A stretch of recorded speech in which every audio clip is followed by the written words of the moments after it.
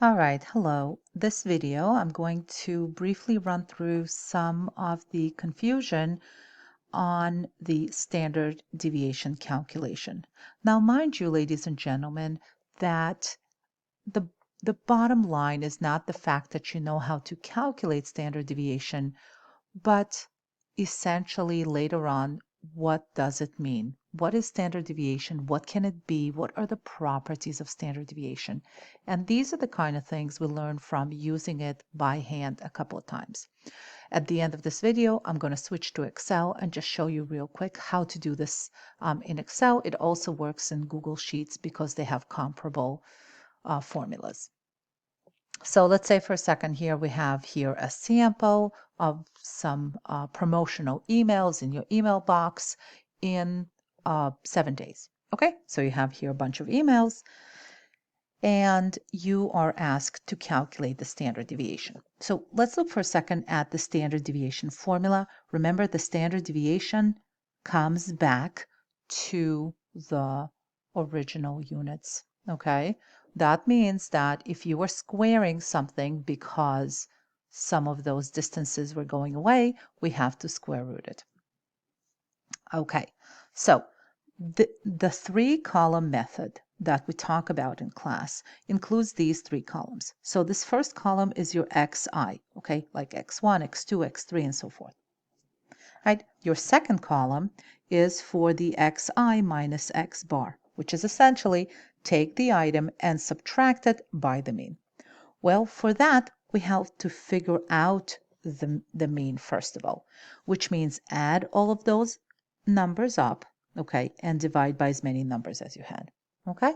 Once you add them up, divide them by 7, we end up here with 31. So all I have to do now is just subtract this 31 from each one of the items in the first column. So 21 minus 31 will be negative 10. Okay, this is again negative 10. This over here is negative 7 because all of these numbers are below the mean. Okay, 28 is only 3 below the mean. 43 is, however, above the mean. It's 12 above.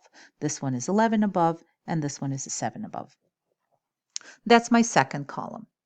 If I'm going to sum up the second column, what it's going to show me is that the sum of all these differences is actually 0. Now, that's not going to take me far because it's going to tell me essentially if I'm then going to ask on average, how far are these values from the mean? It's going to look like they are 0 steps away, and that's not what I want. So, in order for these differences not to cancel each other out, this is where we have this third column. This third column is where I'm going to take this difference, the xi minus x bar, and I'm going to square it. All right, so this is where I'm going to come in and make sure that nobody gets canceled. So negative 10 squared, that's a positive 100. This is also 100. This is 49 and 9 and 144 and 121 and 49. Okay, so what I have done so far, I have essentially added I've made sure that nothing is negative. But I also have added a bit of an error here because some things are fairly far away from the mean. Okay, some things are far from the mean and some things are fairly close to the mean.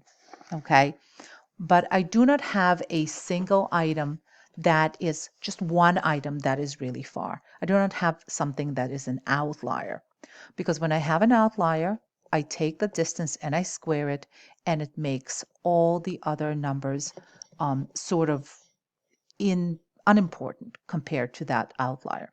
So we do not do standard deviation for skew distribution or distributions that have outliers. Now, so I have done this top part over here. I have done this numerator. And now what I need to do is to divide it by degrees of freedom. We spoke in class why we divide in degrees of freedom when we estimate the standard deviation of the sample. when we calculate the standard deviation of the sample, because it's an estimator of the um, true standard deviation of the population. Okay, and we want it to be unbiased. So what I'm going to do now, I'm going to add up all of these. All right, and as I add them up, let's see what we got there. 572. Okay, so this sum over here is going to be 572. And then I need to divide it by, this is 7, so my n is 7. And I need to divide it by 1 less. So I need to divide this by 6. Right? We should end up there with 95.3. Now this number, before it gets square rooted, this is actually your variance. Okay, but the variance is not very useful for us, because if I'm going to go and say, well, on average, the variance of the promotional emails in my inbox was 95.3 emails squared. What is a square email? Right? That makes no sense. And this is why we've got here this square root, because I want to come back to emails. I don't want my results to be in emails squared. I would like them to be in emails. And therefore, in order to figure out the standard deviation, I'm going to take a square root of 95.3, and that's roughly 9.76. And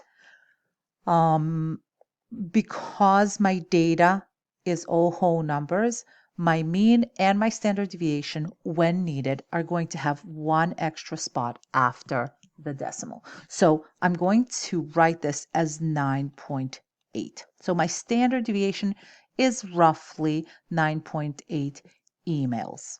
Okay, and that makes sense. Okay, so the variance comes in units squared. So this is email squared, and that creates a problem, and we do not know what to do with that.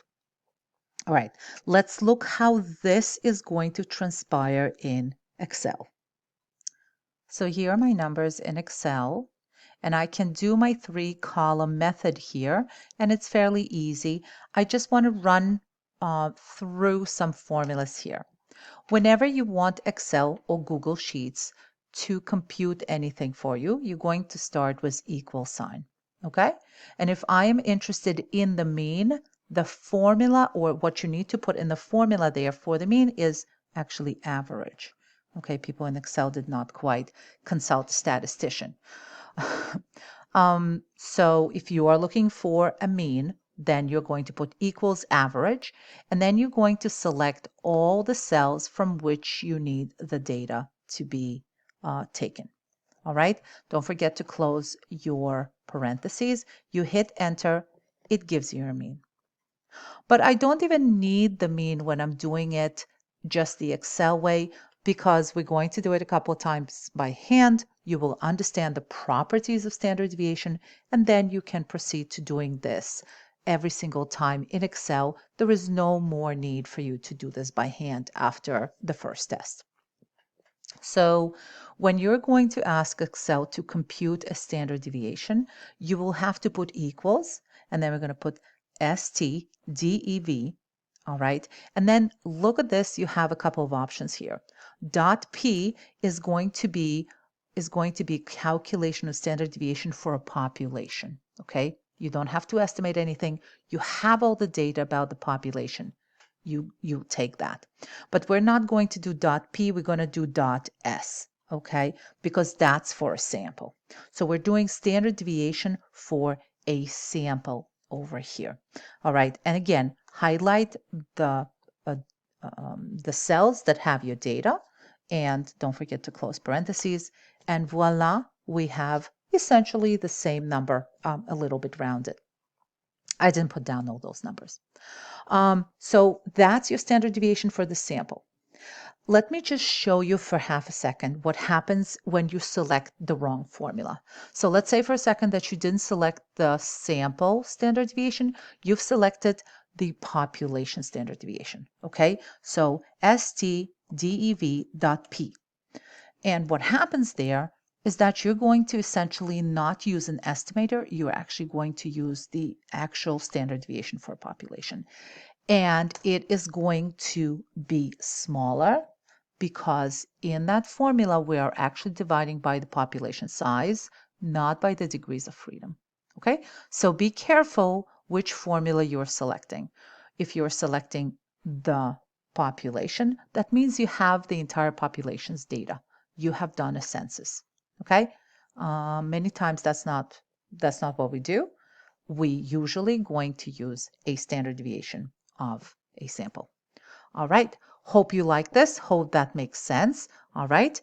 And continue working. Stay on top of your things. Great job, guys. See you in a bit.